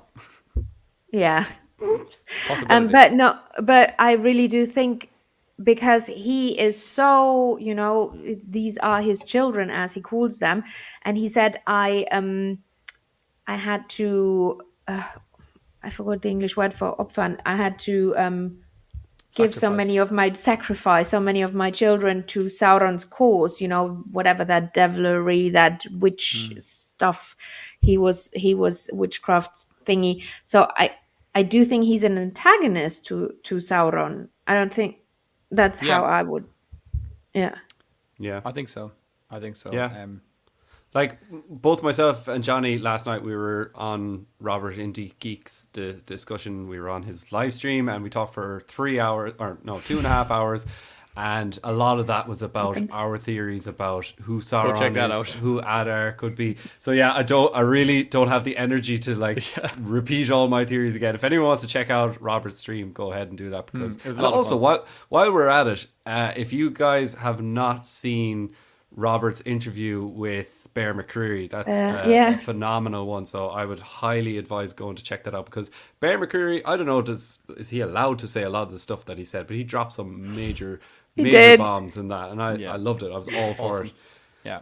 In Deep Geek, in case people don't know Robert. In Deep Geek, exactly. Yeah. And Robert thinks Sauron is Halbrand, which I'm like, shut up. If you tuned in last night to that live stream, you'll see that I'm firmly in the same camp as Robert. I can't see any other possibility. I only just every time I see Halbrand, I'm like, there he is, there's Sauron, there's our boy. So I don't know, and nothing has changed my mind too much. It's just been again, I'll just to repeat a couple of small things I said on the live stream, which was there's been one or two small things. The one big one for me that maybe swayed me a little bit was the scene where Halbrand kind of decides to not go through with the plan initially, and he leaves down his little pouch with his sigil. He leaves it on a table at one point and he leaves, and then he comes back and he grabs it. I think that's the only time I think that he did an action which wasn't for the benefit of another person that was in the room. Every time he has this kind of like heartfelt conversation, I think that looked genuine, but maybe he's just trying to trick Galadriel or something like that. Whereas in that moment, the only people that he could have tricked would have been us, the viewers. So, and again, maybe there's a reason for that. Maybe he is actually Sauron in his moment of doubt and in his moment of repentance. But which happened, we know. Which did happen, yeah. And again, we don't even know, we don't know according to the books if that was true repentance or if it was just for fear of the Valar. But he does have a moment of repentance that we know about. So that could be representing that as well. So I don't know. But all the listeners and YouTube watchers out there, I really want to know what you guys are thinking in terms of after episode 7. Who do you think is Sauron? Is it Halbrand? Is it Adar? Is it... Who knows? Just put the comments below and or get in touch with us on Twitter as well at Mellon_Heads with 2 L's. But guys, that's pretty much the end of the whole episode. So do you have any further thoughts about next episode or about this episode that we've watched? Any last comments? Helen, would you like to? Well, I feel like that meme with a guy, with all the in front of that map. Charlie from It's Always Sunny. It's Always Sunny. Yeah. It's Always Sunny in Philadelphia. Yeah. And I feel like that guy at this moment because there are so many things that need to be revealed and connected. And I'm like, okay, I hope most of it will be revealed because I do like guessing games, but not too like... I don't want to be guessing who Sauron is for another 3 years. No. I really don't. No. Because if they leave that for the end of season 2, that would just be a right kick in the balls. Yes. But I really hope that they can fit all the answers that we want into next week's finale. And maybe, do you guys think that it should be an extra long episode? Because I feel like it could be, Hopefully. but I don't know, will they do this that? This one was really long. It was 109 minutes or something like that. 1 hour and 9 minutes. Yeah. So 109 minutes would be a lot longer. So sorry, but but it was. I think it's most of them are around 1:07, 1:10, like around there. So maybe it felt longer. Maybe it felt longer. That's not really a good thing. But I would agree that I think that for next week's episode, I'm really worried about all the answers that I have and all the things that I think that they need to wrap up, and not just like, they'll wrap up some of them, but I think a lot of them are important that they do give us fleshed out answers before the series comes to a close. And I don't know if that's going to be a possibility. I just, in terms of the pacing of the series so far, I think next week's episode needs to be like double time in order to get through all that stuff. So hopefully we'll just get some rapid fire answers, and we'll in terms of traveling from where they are, like going all the way to Linden, maybe jumping back then to Eregion. If that happens and there's absolutely zero time between for that travel, I can understand it as well, because they need to get through it and they need to get the answers. Yeah. So, please no wide nature shots. We get it. It's beautiful. Thank you. I like them. I have to say, I really, really enjoyed this episode, even though the pacing was way slower. Like, compared to last week's episode, that was like full on. But this was more heavy on the dialogue. And to be honest, I don't know what was wrong with me this morning. I wasn't hungover or anything, but I just felt so emotional. Like, so many scenes. The Muriel being blinded scene. Every time Durin was talking to Durin, I was like blubbering up. And then, of course, even Bronwyn being, coming back or not dying, I was like, oh, thank God Bronwyn's alive. So but we need to get Dave a softie t-shirt, please. People. I'll get one. But yeah, like what you guys said as well, I don't want this season to end on a giant cliffhanger, but I feel that it will, because this show seems like the type to depend on mystery and cliffhangers to keep the intrigue. So that's what they've been doing from episode to episode. But when we spoke earlier about Celeborn and like, why would she not have just mentioned him in passing earlier? The only reason that we can think of is just so that they could save that name as a name drop for later on. There's no other. There's no other reason. Like, story-wise, Helen said earlier, like, maybe they didn't want to confuse the audience as well with too many. Yeah, but again, that's what I mean. Who's that for the benefit of? Is it for the benefit of the story, or for the benefit of dropping that name later so that we can figure it out? Like, I mean, give us the benefit of the doubt that we'll be able to hold on to one more name, saying like, I'm really upset because my brother is dead and my husband didn't come home. If you forget the husband's name, that's fine, but at least you remember, okay, there's a husband in the picture, and when she's there having her kind of mini flirt with Halbrand, you're kind of going, well, we know that she did get married once. When elves marry, they're like swans. They mate for life. Yeah. You know, this is good. This is almost confirmation now that the show, it's been kind of teasing us maybe this romantic lead between the two characters, and now this is the show saying no, she's already bound to another, and I'm happy about that. Yeah, I'm also assuming by the end of next week's episode we get the reveal that Halbrand is Sauron. So I mean, that should definitely nip it in the bud for sure. Yeah, but I'm just glad that they never had that. I'm sorry, Helen. You know, that, I don't know, joining. But anyways, I think we can wrap it up there because we've been talking for quite a while, and Helen, I don't want to keep you any longer, but thank you so much for coming on. Thank you, Helen. With such short notice as well. And look, you were an amazing guest, as I'm sure you always are, but thank you for coming on to our show for the first time. I hope I'll be invited back on. You know, my life is hopefully not over. I'll wing it with his baby elf. A little baby elf. Well, look, I hope you had fun on the show, and I hope you name your baby Dave. So on that note, it's a girl. That would be. Oh, then name it Johnny. Name it Johnny. Hey. Right. Well, obviously, if anyone wants to go check out Helen's channel, we'll put all the links in the description below. And remember, it's the Clueless Fangirl on YouTube, and we'll put in the Twitter links as well. Have you heard of him, lad? Have you heard of Sauron?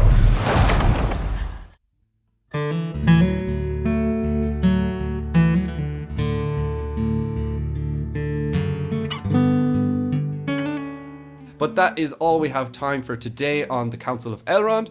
So please let us know what you guys thought of episode 7, and also where it ranks. Did you think it was one of the best ones, or did you think it was a weaker one? Please let us know why, and also if we've missed anything, and tell us how you think the finale go. Who will Sauron be? Is it going to be Halbrand? Is it Adar? I really want to know what you think. And also, if you want to become a Patreon, that's the best way to support both myself and Johnny. You can check out our links, are also in the description there, and especially if you're a House of the Dragon fan, because we're reviewing it on our Patreon, so you can get to hear us talk all about House of the Dragon. Exactly. Yeah. Ooh. There you go. So yeah, I like until that next week, guys. Namarie. See you guys. Bye bye.